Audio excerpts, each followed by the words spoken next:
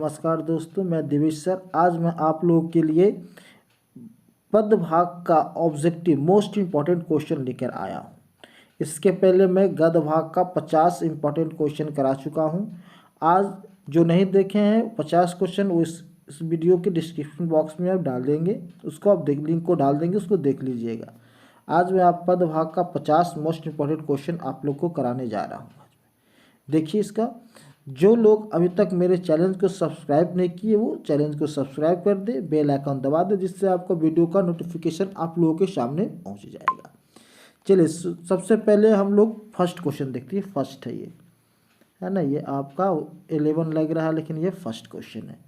बोला हार जीत कौन सी विद्या है। तो हार जीत क्या है भाई? तो एक कविता है। हार जीत क्या है? कविता है। बोल रहा जिस पुरुष में नारित्व नहीं है, नहीं अपूर्ण है, कहाँ की पंक्ति है? अर्धनारीश्वर। अर्धनारीश्वर। उन्हीं जीवन घाटियों की मैं सरस बरसात रे मन, पंक्तियों के कवि हैं जय शंकर प्रसाद है। चलिए, 3 हो गया आपका क्वेश्चन नंबर। हम लोग चलते हैं 4। प्यारे नन्हे बेटे को कविता में लोहा किसका प्रतीक है? कर्म का। लोहा किसका है? कर्म का। रामचरितमानस के रचयिता कौन है? तुलसीदास। हार जीत किस प्रकार की कविता है? तो कैसा है? गद्य कविता है। चलिए, क्वेश्चन नंबर 7 से देखते हैं। चलिए, 7 में देखते हैं। हार जीत कविता के रचयिता हैं अशोक वाजपेयी। कौन है? अशोक वाजपेयी है। प्रबंध काव्य में मानव जीवन एक पूर्ण दृश्य होता है, किस रचना से उद्धृत है? तो प्रगीत और समाज। प्रगीत और समाज। एक माँ के लिए अपने मन को समझाना कब कठिन हो जाता है? पुत्र की मृत्यु पर। किस पे? तो पुत्र की मृत्यु पर। चलिए, क्वेश्चन नंबर 10। क्वेश्चन नंबर 10 देखते हैं। क्वेश्चन नंबर 10 बोला मलिक मोहम्मद जैसी का जन्म हुआ था। तो मलिक मोहम्मद जैसी का जन्म 1492 ईस्वी में। क्वेश्चन नंबर 11 जैसी का जन्म स्थान था। तो जैसी का जन्म स्थान था अमेठी। अमेठी। चलिए, अमेठी हो गया। आगे देखते हैं हम लोग। जैसी के पिता का नाम था। जैसी के पिता का नाम क्या था? शेख ममरेज। शेख ममरेज। जैसी थे। तो जैसी क्या थे? फकीर थे। जैसी क्या थे? फकीर थे। जैसी का निर्धन हुआ था। जैसी का निधन हुआ था 1548 में। सूरदास का जन्म कब हुआ था? 1478 ईस्वी में। 1478 ईस्वी में। सूरदास का निधन कब हुआ था? सूरदास का निधन कब हुआ था? 1583 ईस्वी में। सूरदास ने ज्ञानार्जन कैसे प्राप्त किया? तो स्वाध्याय द्वारा। स्वाध्याय द्वारा। सत्संग में किसकी अभिरुचि थी? सत्संग में किसकी अभिरुचि थी? सूरदास की। किसकी थी? सूरदास की। सूरदास किस भक्ति के कवि हैं? सूरदास किस भक्ति के कवि हैं? कृष्ण भक्ति के कवि हैं। सूरदास जी के गुरु कौन थे? सूरदास के गुरु कौन थे? महाप्रभु वल्लभाचार्य। सूरदास के गुरु कौन थे? महाप्रभु वल्लभाचार्य। महाप्रभु वल्लभाचार्य। बोला सूरदास का दीक्षा काल कौन है? सूरदास का दीक्षा काल कौन है? 1509 से 1510 ईस्वी तक। सूरदास जी दोनों आंखों से जनाद थे। तो जनाद में क्या थे? दोनों आंखों से। सूरदास जी दोनों आंखों से जन्माद थे। नहीं। सूरसागर कौन कैसा ग्रंथ है? सूरसागर विश्व प्रसिद्ध ग्रंथ है। सूरसागर विश्व प्रसिद्ध ग्रंथ है। चलिए, क्वेश्चन नंबर 24 होता है विनय शक्ति, विनय भक्ति, विनय भक्ति, वात्सल और प्रेम श्रृंगार किसके काव्य की विशेषताएं हैं? किसकी है? सूरदास की। सूरदास की।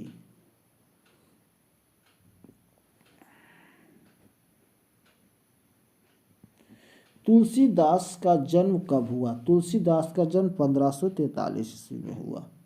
तुलसीदास का जन्म 1543 में हुआ। तुलसीदास का निधन कब हुआ? 1623 ईस्वी में हुआ।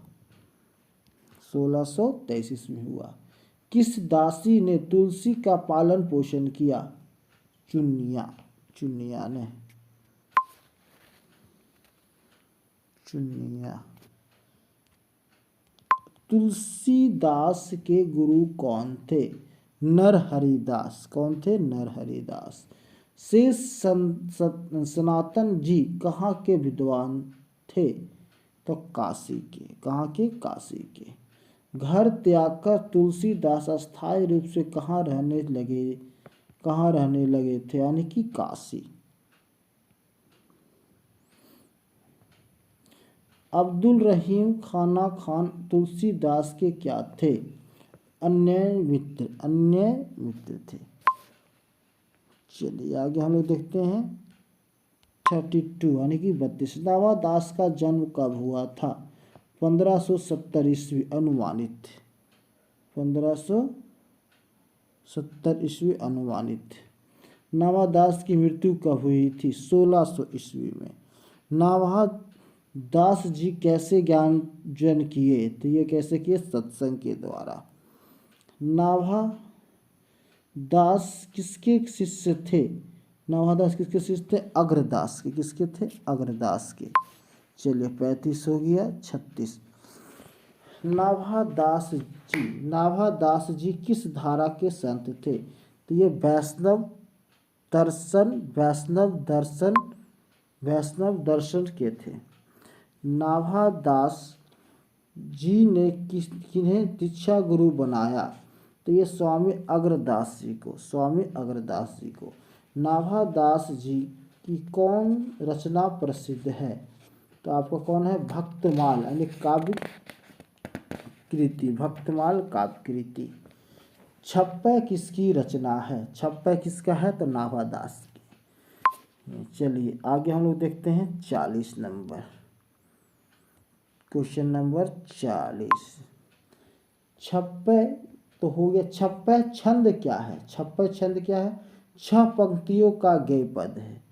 6 पंक्तियों का गेय पद को बोलते हैं छप्पय छंद। भूषण का जन्म कब हुआ? भूषण का जन्म हुआ 1613 ईस्वी में। 1613। भूषण का निधन कब हुआ था? तो भूषण का निधन कब हुआ था? 1715 ईस्वी में। 1715 ईस्वी में। भूषण को यह उपनाम किस राजा ने दिया था? चित्रकूट के सोलंकी राजा रुद्रदास ने। चित्रकूट के सोलंकी राजा रुद्र कौन थे? रुद्र शाह ने। छत्रपति शिवाजी, साहू जी और राजा छत्रसाल किसके आश्रयदाता थे? तो भूषण के। किसके थे? भूषण के। भूषण की 3 उपध्याय कौन सी आकृतियां हैं? भूषण हजारा, भूषण उल्लास, भूषण उल्लास। उल्लास है कि उल्लास है? ऑप्शन नंबर का।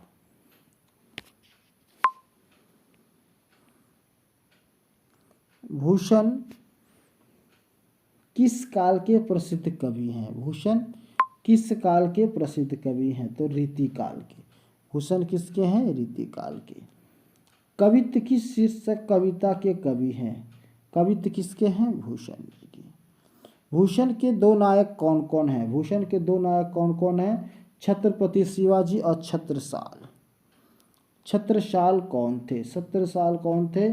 तो बुंदेल राजा। आज का एक लास्ट क्वेश्चन 50 नंबर। आज का लास्ट क्वेश्चन आपका 50। चलिए 50 देखते हैं हम लोग। बोल रहा है महाकवि भूषण की कविताओं में किस छंद का प्रयोग हुआ है? तो कवित्र का। किसका हुआ है? कवित्र का। चलिए किसका हुआ है? कवित्र का। देखिए क्वेश्चन आपका। कवित्र कहाँ गए आपका? कवित्र।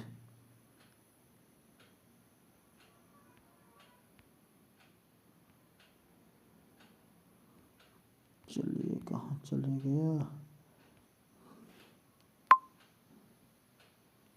कवित्र उल्टा आपका खुल गया था। देखिए PDF आपका आ गया कवित्र, देखिए हाँ क्वेश्चन नंबर 50 था, तो कौन था ये आपका कवित्र, ऑप्शन नंबर का। और अगला जो 50 आएगा नेक्स्ट वीडियो में, जो लोग यहाँ तक आराम से देखे उनके लिए बहुत ही अच्छे से मार्क्स आएंगे, और आप देखते रहिएगा। नेक्स्ट वीडियो में आपका सारांश भी लेके आऊँगा हर चैप्टर बाय चैप्टर। आज के लिए इतना ही।